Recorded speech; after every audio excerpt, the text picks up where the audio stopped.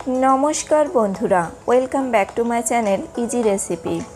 आज आमी तैरी करे देखाबो काँचा आमेर आम शक्तर रेसिपी।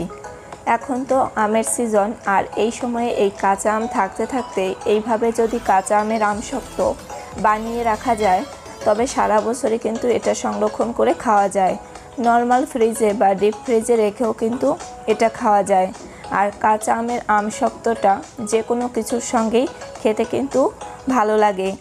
আর আমরা অনেক সময় ম্যাঙ্গো বার খেয়ে থাকি, সেটা কিন্তু এইভাবে আম শক্ত তৈরি করে ছোট ছোট করে কেটেও কিন্তু ম্যাঙ্গো বারের সাইজ করে খাওয়া যায়। তাহলে চলুন কিভাবে আজ আমি খুব সহজে এই আম শক্তের রেসিপিটি তৈরি করি তা আপনাদের সঙ্গে শেয়ার করি। এই আম শক্ত তৈরি করার জন্য প্রথমে আমি কাঁচা আম নিব। এর জন্য এখানে আমি মোট 6টা কাঁচা আম নিয়েছি। আর এখন তো আম শক্ত তৈরি করার সিজন, যেহেতু কাঁচা আম এখন প্রচুর পাওয়া যায় আর আটিটাও বেশ শক্ত হয় না, তাই এই কাঁচা আমগুলো দিয়েই কিন্তু আম শক্তটা ভালো হয়। আমি এই আমগুলোকে প্রথমে ভালো করে ধুয়ে পরিষ্কার করে রেখে দিয়েছিলাম। এবার একটা পেলার দিয়ে প্রত্যেকটা আমের খোসাগুলোকে আমি ছাড়িয়ে নিব। আর যেহেতু আগে ধুয়ে নিয়েছিলাম তাই কাটার পর আর ধোয়ার প্রয়োজন নেই। আমি সবগুলো আমের খোসা একইভাবে ছাড়িয়ে নিব। আর এই আমগুলোকে এবার আমি ছোট ছোট টুকরো করে কেটে নেব, যাতে করে সিদ্ধ করতে সুবিধা হয়।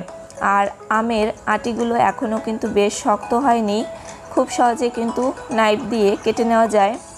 আর এই এখন যে আমগুলো পাওয়া যায় এই আমগুলো দিয়েই কিন্তু আম শক্ত তৈরি করার মেইন সময়। আপনারা এভাবে কিন্তু বেশ কিছুটা আম শক্ত তৈরি করে সারা বছরের জন্য রেখে দিতে পারেন। আমি ছুরি দিয়ে এভাবে ছোট ছোট টুকরো করে কেটে নিচ্ছি। দেখতেই পাচ্ছেন খুব সহজে আমি এরকম ছোট ছোট টুকরো করে আমগুলোকে কেটে নিয়েছি। কাঁচা আমগুলোকে আমি এরকম ছোট ছোট টুকরো করে কেটে নিয়েছি, খোসাটাকে ছাড়িয়ে। এবার এই আমগুলো আমি সিদ্ধ করে নিব। তার জন্য চুলায় একটা প্যানে আমগুলোকে আমি নিয়েছি। আর এর মধ্যে কিছুটা জল আমি দিয়ে দিব, যেহেতু আমগুলো সিদ্ধ করার জন্য একটু জলের প্রয়োজন হবে। জলটা পরিমাণ মতো দিয়ে নেবেন আপনারা। এখানে আমি 1.5 কাপের মতো জল নিয়েছি। আর এতেই কিন্তু এই আমটা ভালো করে সিদ্ধ হয়ে যাবে, যেহেতু আমটা এখনও কিন্তু কচি, আটিগুলো বেশি শক্ত হয়নি। আমি 4-5 মিনিটের মতো ঢাকনা দিয়ে ঢেকে দিয়েছিলাম হাই হিটে। এরই মধ্যে কিন্তু আমগুলো আমার ভালো করে সিদ্ধ হয়ে এসেছে। এবার স্প্যাচুলা দিয়ে এভাবে একটু নেড়ে চেড়ে নিচ্ছি। আমি এখান থেকে আমের পিউরিটাকে ছেঁকে বের করে নিব, যেহেতু আমের এখানে কিছুটা আটির অংশ আছে, হালকা একটু শক্ত হয়ে এসেছিল আটিটা, তাই এখানে ছেঁকে নিচ্ছি, যাতে করে এক্সট্রা যে আমের খোসাটা আছে সেটা বেরিয়ে যাবে। আর আপনারা চাইলে ব্লেন্ডারও কিন্তু ব্লেন্ড করে নিতে পারেন, তবে ছেঁকে নিলে সবথেকে বেশি ভালো হয়। আমি এভাবে ছেঁকে নিচ্ছি। আমের পিউরিটাকে আমি বের করে নিব।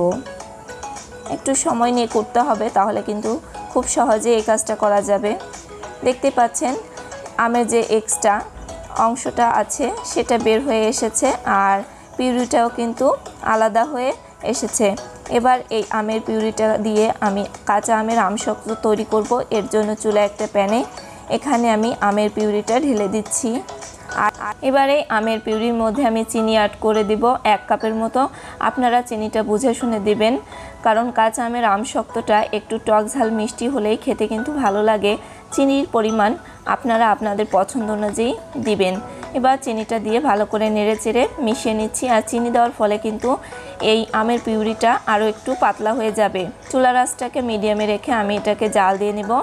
আর এর মধ্যে 1 চামচের মতো বিট লবণ, 1/2 চামচের মতো শুকনো জিরার গুঁড়া, 1/2 চামচের মতো এখানে চিলি ফ্লেক্স অ্যাড করছি। আর দিয়েছি সামান্য একটু গ্রিন ফুড কালার।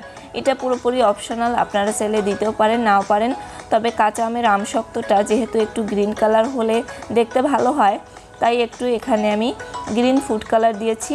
আপনারা না দিলেও কোনো সমস্যা নেই। এবার ভালো করে নেড়ে চেড়ে এটাকে আমি জাল দিয়ে আরও একটু শুকিয়ে নিব। এইভাবে কিন্তু কাঁচা আম থাকতে থাকতে অনেকটা আম শক্ত তৈরি করে সারা বছরই সংরক্ষণ করতে পারেন। এর মধ্যে আরও আমি 1/2 চামচের মতো এমনি খাবার লবণ অ্যাড করছি।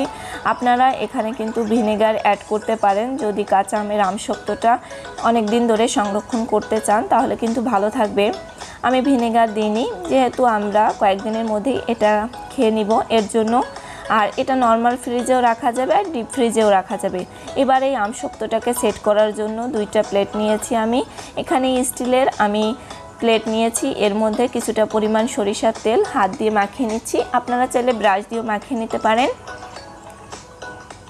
সরিষার তেলটা দিলে খুব সহজেই কিন্তু আমশক্তটা উঠে যাবে আর নিচে লেগে যাবে না। এবার এই 2টা প্লেটেই আমি আমশক্তের যে পিউরিটাকে জাল দিয়ে নিয়েছি সেটা ঢেলে দিচ্ছি।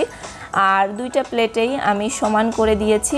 আপনারা চাইলে এর থেকে বেশি একটা প্লেট বাড়িয়েও নিতে পারেন। আমি 2টা প্লেটেই ঢেলে নিয়েছি।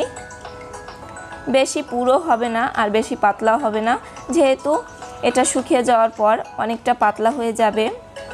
প্লেটে দেওয়ার পর কিন্তু আপনারা ফ্যান অথবা রোদে শুকিয়ে নিতে পারেন। এটা 1 থেকে 2 দিনের মধ্যেই এই আমশক্তটা কিন্তু শুকিয়ে যাবে। আমি কড়া রোদে 2 দিনের মতো এই আমশক্তটাকে শুকিয়ে নিব। এই 2টা প্লেটে আমি দিয়েছিলাম। আপনারা চাইলে সারা দিন বা সারা রাত ফ্যানের নিচে রেখেও কিন্তু এই আমশক্তটাকে শুকিয়ে নিতে পারেন। 2 দিনের মধ্যেই কিন্তু দেখেন আমার এই আমশক্তটা শুকিয়ে এসেছে আর কালারটা কিন্তু অনেকটা চেঞ্জ হয়ে গেছে। এবার দেখতেই পাচ্ছেন খুব সহজে কিন্তু প্লেট থেকে উঠে আসছে।